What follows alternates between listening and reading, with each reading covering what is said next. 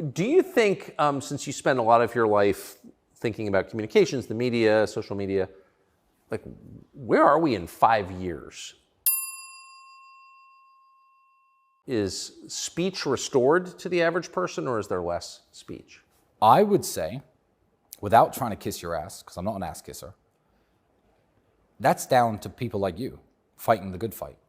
Depends on the American political climate, which obviously you have a lot of sway over, and America is the king of the world, whether anyone likes it or not. I believe it's the negative ideas from England and America that have certainly made this happen to me. Yeah. Also, my case is important for countries in Eastern Europe. Obviously, Romania is a big ally of the United States, has been for a very long time. They have a very good relationship with the United States.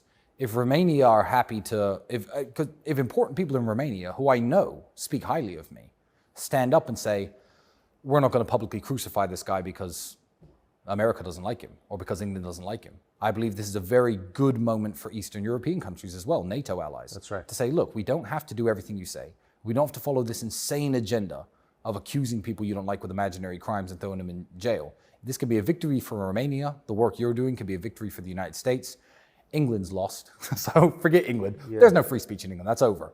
Yeah, so it all depends on what shifts happen, who wins the next elections, how effective cancellations are. You have people like, Rumble, Elon fighting against this silencing of every idea that's counterintuitive to the agenda of the deep state, or the matrix as my brother calls them. So I don't know, but it's a very interesting time to be alive. I would like, the optimist in me would like to think there's finally enough pushback. So let's take Alex Jones. You don't have to agree with everything Alex Jones says. I like Alex Jones. I do but too. I don't agree with everything Alex Jones says, and you don't have to. But Bill Maher famously, and credit to him, said when Alex Jones got banned, he said, we shouldn't be banning people. He said, I hate Alex Jones, but Alex Jones should be allowed to talk. Everyone should be allowed to talk in the town square.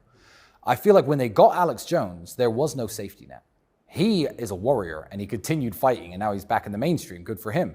But he was renegated to his own site with his own servers, streaming every day to small audiences after they axed him off YouTube.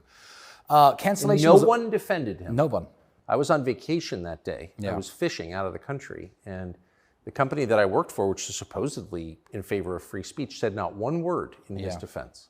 And it's like, first they came for Alex Jones. I didn't care because totally I wasn't Alex Jones. Yeah, it's the old adage. So now there is I don't even want to call it counterculture, but if you cancel people, look, they canceled Andrew. How successful was that?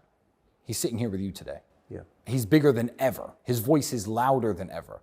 Now, thanks to people like Alex Jones, who took the initial brunt of the weapon, the cancellation weapon, now there are lots of different platforms, lots of different apps, lots of different applications. I mean, Elon's taken over Twitter, which was a mainstream app, which censored people very heavily.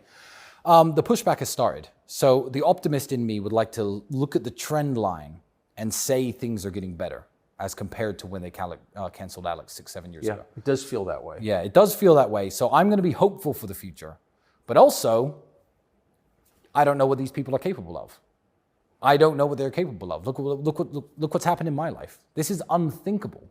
2 years ago, if you were to say, hey, Tristian, you'd be in jail for human trafficking, I'd be like, what? Human trafficking? Prison? How long have you been locked up in prison and in your home? I have not been free since December 29th of 2022.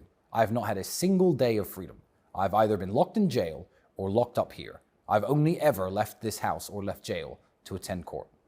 That's it.